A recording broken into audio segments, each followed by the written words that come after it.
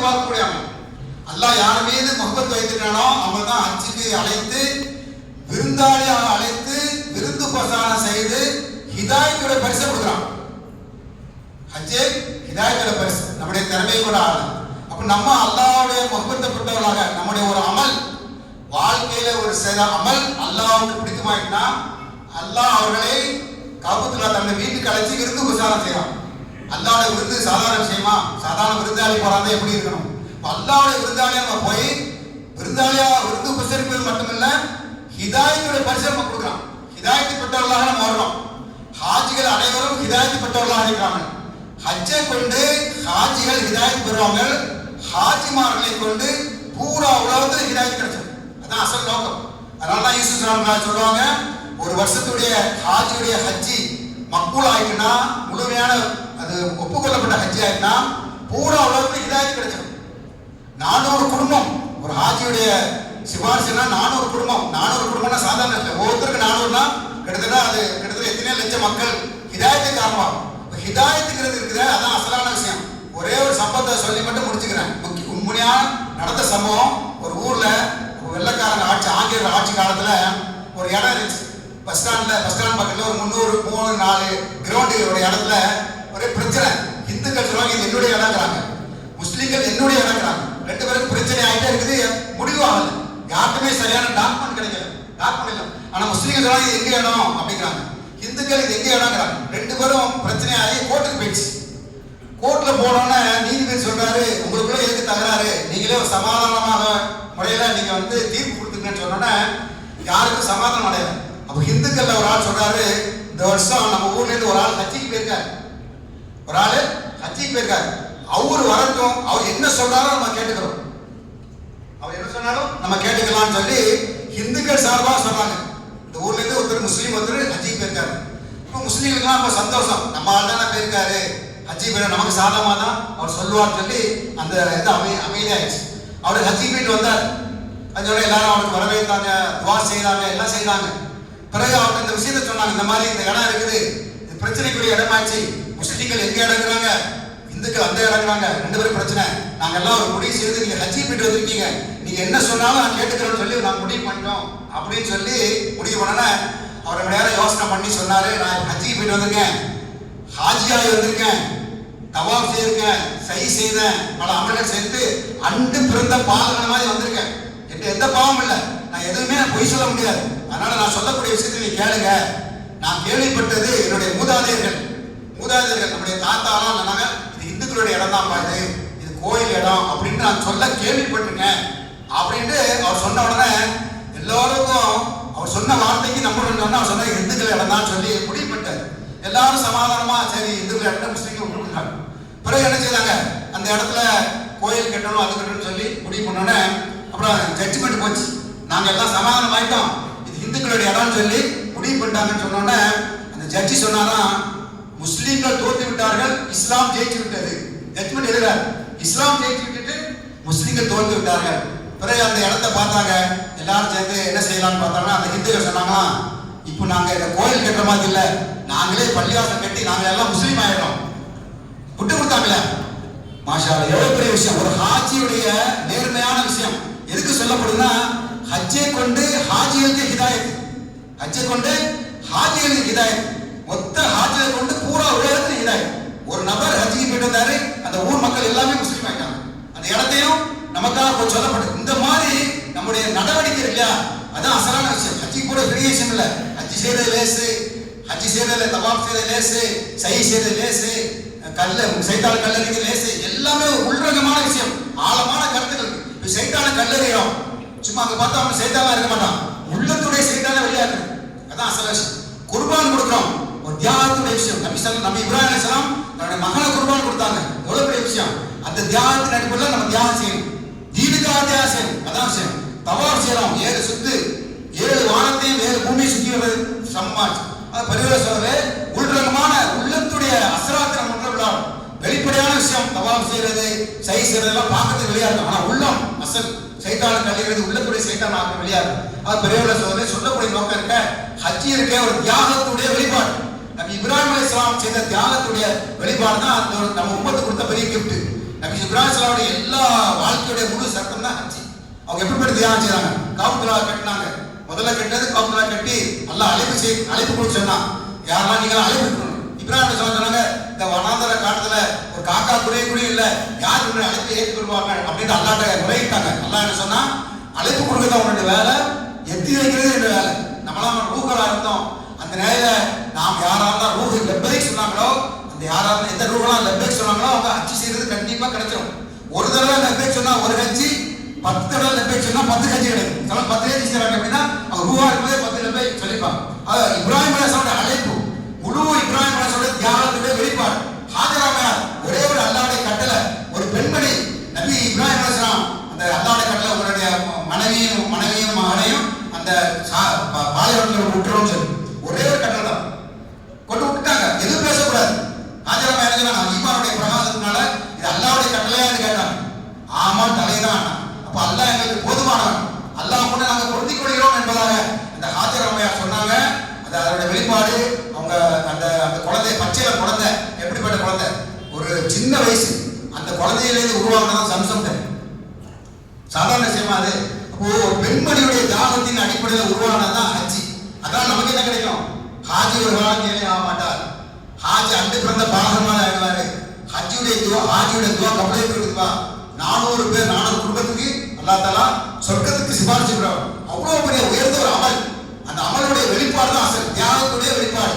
நபி இப்ராஹிம் ஸல்லல்லாஹு அலைஹி வஸல்லம் நம்ம போனோம், அது காரணமா ஹஜ்ஜுக்கு செய்தோம். ஹஜ்ஜுடைய அமல் செய்வது லேசு. ஆனா சொல்லுவாங்க ஹஜ் செய்வது லேசு, ஹாஜியா வாழணும் அதான் அசல்.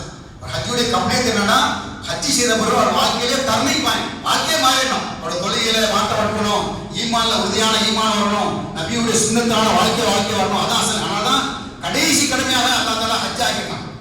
23 வருஷம் சஹாபா பெருமக்களுக்கு தர்பீத் கொடுத்தாங்க. சஹாபாக்கள் வாழ்க்கை 23 வருஷம் படி கடைசியில் ஹஜ் செய்யறது. நமக்கும் கடைசி கடமை தான் ஹஜ்.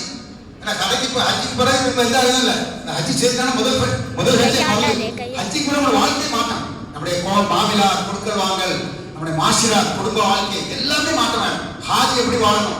ஹாஜா வாழதான் லேஸ். அதுக்காக நம்முடைய வாழ்க்கையில நம்மளுடைய பெரிய தயாரிப்பு, ஹஜ்ஜுடைய தயாரிப்பு. ஒன்று தியாகத்துடைய அடிப்படையில் போறது, ரெண்டாவது நம்முடைய அல்லாஹ்வுடைய குதிரத்துடைய வெளிப்பாடு. அல்லாஹ் தஆலா டைரக்டா அல்லாஹ் நான் யார் என்பதை அல்லாஹ் காட்டுறாங்க.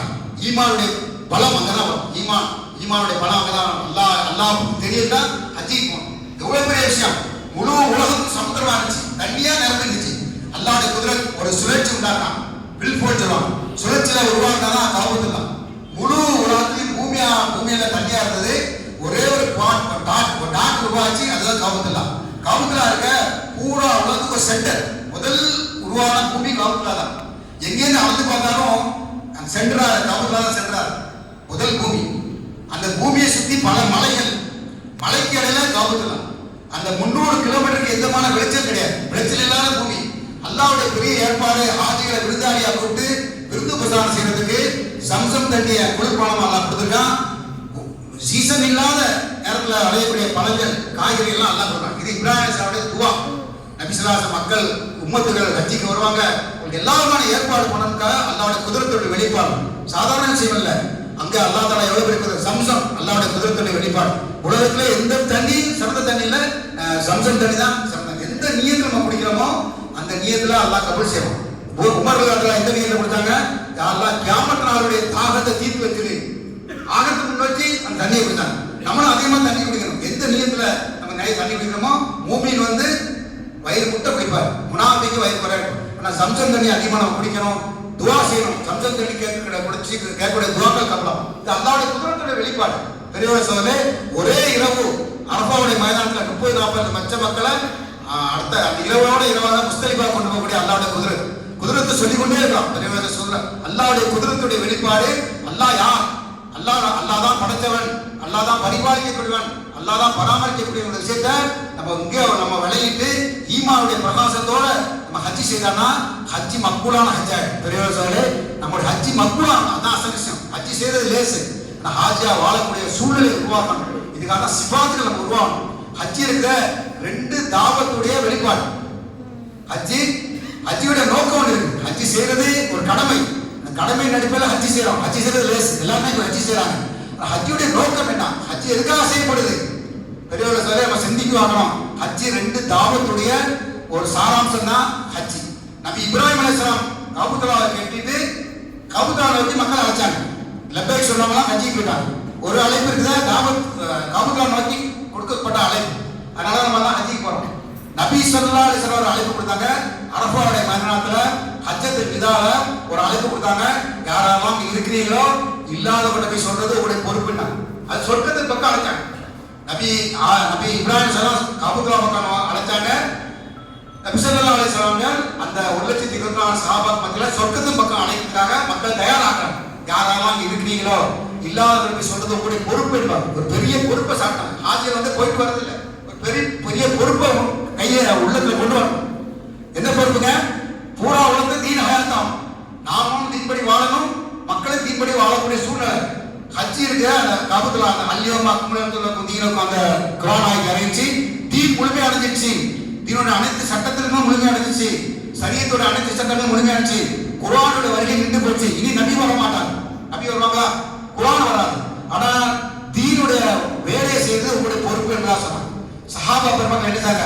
இந்த ஹாஜியோட நிலையில இஹ்ராமுடைய நிலையில எந்த பொறுப்பை நபி ஸல்லல்லாஹு அலைஹி வஸல்லம் சாட்டினாங்களோ அந்த பொறுப்பை தன்னுடைய மனைவியை விதவையாக்குறாங்க, மக்களை எத்தீம்களாக்கி பூரா உலகத்தை தன்னுடைய கபர்களாக்கிட்டாங்க. அவங்க செய்த தியாகத்தின் காரணமாக நமக்கு வந்து நமக்கு என்ன அல்லாஹ் பத்தி பேசிக்கணும் சொல்ல அந்த தியாகத்தின் அடிப்படையில் இன்னைக்கு நமக்கும் அதே பொறுப்பு தான். நபி ஸல்லல்லாஹு அந்த அரஃபாவுடைய பொறுப்பு கொடுத்தாங்க. சஹாபாக்கள் பொறுப்புணர்ச்சியோடு செய்தாங்க. நாளை கியாமத் நாள்ல தீனுக்காக நீ என்ன செய்தான்னு கேட்டா நான் மனைவியை விதவையாக்குனேன், மக்களை எத்தீம்களாக்குனேன், பூரா உலகத்தை என்னோட கபர்கள் ஆக்கினு சொல்லி 1,24,000 சஹாபாக்கள்ல 1,14,000 சஹாபாக்களுடைய கபர்கள் பூரா உலகத்தில் வெறும் 10,000 சஹாபாக்களுடைய கபர் தான் அந்த மக்கா மதீனால இருக்கு. அந்த 10,000 சஹாபாக்கள் மக்காமி வேலை செய்தாங்க. மத்த எல்லாம் ஃபாரின் ஜமாத் போயிட்டாங்க. ஃபாரின் பூரா உலகத்துல தீன ஹயாத்தாங்க. நமக்கு அதே பொறுப்பு தான். கியாமத் நாள் வரைக்கும் உள்ள மக்களுக்கு தீனை கொண்டு போய் சேர்க்கக்கூடிய பொறுப்பு. தீன் முக்கியமே ஆயிடுச்சு. இது கூட சரி. இப்போ தீனை எப்படி கொண்டுனா ஆனா குழந்தைகள் வந்துட்டே இருக்காங்க. டெய்லி பல ஆயிரக்கணக்கான குழந்தைகள் பிறந்து கொண்டே இருக்காங்க. அந்த குழந்தைகளுக்கு தீனை கொண்டு போய் கொடுக்க போற பொறுப்பு இந்த முகமதிய முகமதியா சொல்லாங்க. அதனால நம்ம சொன்னாங்க, நீங்க சிறந்த உம்மத், குன்தும் ஹைர உம்மத்தின் உஹ்ரஜத்துல் லின்னாஸ், வெளியாக்கப்பட்ட உம்மத்துல நீங்க தான் சிறந்தவங்க. உலகத்தை நீங்க தான் சிறந்தவங்க, மௌத்துக்குற வாழ்க்கையில் நீங்க தான் சிறந்தவங்க. நீங்க சொர்க்கம் போகாத வரைக்கும் எந்த நபிமாருடைய கவுமும் சொர்க்கம் போகாது. காரணம் என்னன்னா நமக்கு அல்லாஹ் தஆலா கொடுத்த பெரிய பொறுப்பு ஹாஜி வாழ்க்கைக்காக கொடுக்கப்பட்ட பொறுப்பு. வெறும் ஹஜ்ஜி படி செய்யல, இங்க வந்து நினைச்சணும் தீன் நாமும் தீன்படி வாழணும், மக்களும் தீன்படி வாழக்கூடிய சூழ்நிலை ஏற்படும். அதுதான் தாவத்தின் வேலை. நீ பூரா உலகத்தையும் சொல்ல நோக்கணும்னா தாவத்தின் வேலை நோக்கணும்னா நாம அல்லாஹ்வோட இணையணும், மக்களை அல்லாஹ்வோட இணைக்கணும். லா இலாஹ இல்லல்லாஹ் முஹம்மது ரசூலுல்லாஹ். லா இலாஹ இல்லல்லாஹ் நாம அல்லாஹ்வை இறங்கணும், நாம அல்லாஹ்வோட இணையணும். முஹம்மது ரசூலுல்லாஹ்னா மக்களுக்கு அல்லாஹ் பத்தி விளக்கணும், மக்களை அல்லாஹ்வோட இணைக்கணும். இதான் நமக்கு பொறுப்பு. விளங்குறாங்க? அப்ப நம்ம ஒவ்வொருத்தரும் நம்முடைய பொறுப்பு நம்ம பொறுப்புணர்ச்சியோட நினைச்சு ஓத்து வரைக்கும் இந்த வேலைக்காகவே நம்ம படைக்கப்பட்டோம். பெரியவரை சொல்ல தாவத்துடைய வேலைக்காகவே நம்ம அனுப்பப்பட்ட சமுதாயம். படைக்கப்பட்ட நோக்கம் ஒன்று இருக்குது, அனுப்பப்பட்ட நோக்கம் முடிச்சு 3 நிமிஷத்துல முடிச்சுக்கணும் சார். எல்லாரும் பாக்குறாங்க, என்ன சைக்கிள் பாக்குறாங்க, ஒன்னும் பழத்தில்லை, 2-3 நிமிஷம். படைக்கப்பட்ட நோக்கம் ஒன்று இருக்குது, அனுப்பப்பட்ட நோக்கம். படைக்கப்பட்ட நோக்கம் வமா ஹலகுல் ஜின்ன வல் இன்ஸ இல்லா லியஅபுதுன், மனித வர்க்கத்தையும் ஜின் வர்க்கத்தையும் என்னை வணங்குவதற்கெண்டி நான் படைக்கிறேன். அனுப்பப்பட்ட நோக்கம் தான் குன்தும் ஹைர உம்மத்தின் உஹ்ரஜத்துல் லின்னாஸ், வெளியாக்கப்பட்டவங்க நீங்க தான் சிறந்தவங்க, நீங்க நன்மை கொண்டு ஏவணும், தீமை கொண்டு. இது அனுப்பப்பட்ட நோக்கம். நமக்கு கொடுக்கப்பட்ட பொறுப்பு இருக்குதா, அதான் முக்கியமான பொறுப்பு. அல்லாஹ் தஆலா ஒரு குர்ஆன்ல ஒரு ஆயத்துல சொல்ற ஒரு அத்தியாயம், சின்ன அத்தியாயம், வல்லஸ்ர் இன்னல் இன்சான லஃபீ ஹுஸ்ர் இல்லதீன ஆமனு வஅமிலுஸ் ஸாலிஹாத்தி வதவாஸவ் பில் ஹக்கி வதவாஸவ் பில் ஹக். காலத்தின் மீது சத்தியம் பண்ணி சொல்றான். காலத்தின் மீது சத்தியம் பண்ணி மனிதர்கள் எல்லாமே நஷ்டத்துல இருக்காங்க. யாரத்தால? ஈமான் கொண்டு அமலே சாலியா செய்து கொண்டு ஹக்கான விஷயங்களை கொண்டு மக்களுக்கு போய் சேர்க்கிறது. இது அல்லாஹ்வுடைய கட்டளை. 4 விஷயம். ஒண்ணு, அல்லாஹ் குர்ஆன்ல என்ன சொல்றான்? காலத்தின் மீது சத்தியம் பண்ணி சொல்றான், மனிதர்கள் எல்லாம் நஷ்டத்துல இருக்காங்க. அதுல ஒருத்தர் ஈமான் கொண்டு நல்ல அமல்கள் செய்து ஹக்கான விஷயங்களை மக்களுக்கு போய் சொல்றது, அதனால் ஏற்படக்கூடிய சிரமங்களை பொறுமையுடன் காணும்.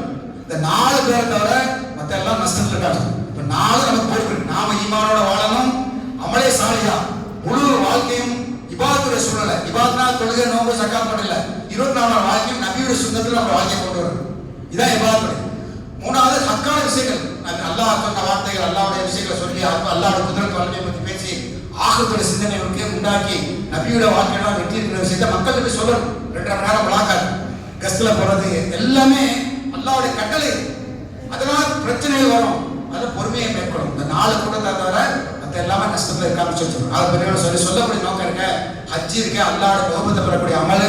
அல்லாஹ் யார் மீது முகப்பத்து வைத்துக்கணும் அவங்கதான் அல்லாஹ் ஹஜ்ஜிக்கு அழைச்சி விருந்து பிரசாரம் செய்து ஹிதாயத்துல பரிசப்படுறான். ஹிதாயத் நமக்கு கிடைக்கணும். நம்மளை கொண்டு நமக்கு ஹிதாயத்து, நம்மளை கொண்டு புறா உலகத்து ஹிதாயத். 2வது தியாகத்துடைய வெளிப்பாடு. நபி இப்ராஹிம் அலைஹிஸ்ஸலாம் என்ன தியாகம் செய்தாங்க? முதல் தியாகம் அவங்க தான் செய்தாங்க. பெரிய வளையம் ரவுண்ட் வந்து. பிறகு இஸ்மாயில் அலைஹிஸ்ஸலாம் தியாகம், பிறகு நபி ஸல்லல்லாஹு அலைஹி வஸல்லம் தியாகம், பிறகு சஹாபாக்களோட தியாகம். ஒவ்வொரு தியாகத்துக்கும் ஒரு லிங்கு, ஒரு வளையம் போட்டுட்டே இருக்காங்க. சஹாபாக்கள், தாபியீன்கள், தபா தாபியீன்கள், அவுலியாக்கள், அம்பியாக்கள் செய்த வேலை. ஒவ்வொரு தியாகத்துக்கும் ஒரு லிங்க் வந்துட்டே இருக்கு. பெரிய லிங்கேஜ் ஆயிடுச்சு, ஒரு செயின் லிங்க் ஆயிடுச்சு. முதல் செயின் யாரு? முதல் வளையம் நபி இப்ராஹிம் அலைஹிஸ்ஸலாம் தியாகம், பிறகு இஸ்மாயில் அலைஹிஸ்ஸலாம் தியாகம். நம்மளாம் பனி இஸ்மாயிலுடைய கூட்டம். பிறகு நபி ஸல்லல்லாஹு அலைஹி வஸல்லம், அப்புறம் சஹாபா பெருமக்கள், தாபியீன்கள், தபா தாபியீன்கள், அவுலியாக்கள், அம்பியாக்கள், உலமாக்கள், இமாம்கள். அப்புறம் நம்மளை மாதிரி சாதாரண மக்கள். நாம ஒரு சின்ன தியாகம் பண்ணோம், ஒரு 3 நாள் ஜமாத்ல போனோம், அதுக்காக ஒரு ரிங்கு வந்துடும், ஒரு கஷ்டம் கலந்துட்டோம். ஒரு ரிங்கு எல்லா ரிங்கும் மலையாளமா வந்து முதல் ரிங்கு யாரு? இப்ராஹிம் அலைஹிஸ்ஸலாம் ரிங்கு தூக்கி சொர்க்கத்துல போட்டா எல்லாம் ஒன்று போல சொர்க்கத்துக்கு போயிடும். இதான் பெரிய விஷயம். நம்ம ஒருத்தர் நியத் வைக்கணும். இன்ஷா அல்லாஹ் நாமளும் அல்லாஹ்வுடைய கட்டளையை பற்றி நடக்கணும், நபியோட வாழணும். மற்றவங்களுக்கும் இந்த விஷயத்தை கொண்டு வரதுனால அல்லாஹ் இந்த காலத்துல பெரிய தாவத்துடைய உழைப்பு நம்ம தந்துருக்கான். இந்த உழைப்பெல்லாம் செய்ய தயாராகலாமா? இதுக்காக ஆஜியருக்காக 3 நாள் ஜமாத்து ஹஜ்ஜியுடைய விஷயங்கள் கேட்டோம், நிறைய கேட்டோம். கேட்டது நல்லா இருக்கும், பேசுறது நல்லா இருந்துச்சு. ஆனா அமல் செய்யறதுன்னா 3 நாள் ஜமாத்து 10 நாள் ஜமாத்ல போனோம். நாங்கெல்லாம் ஹாஜியாதான் 10 நாள் ஜமாத் போனோம். நம்ம தாவூத் ஷேக் சாப் ரஹ்மத்துல்லாஹி அலைஹி போய் அவங்க வந்து படிச்சோம்.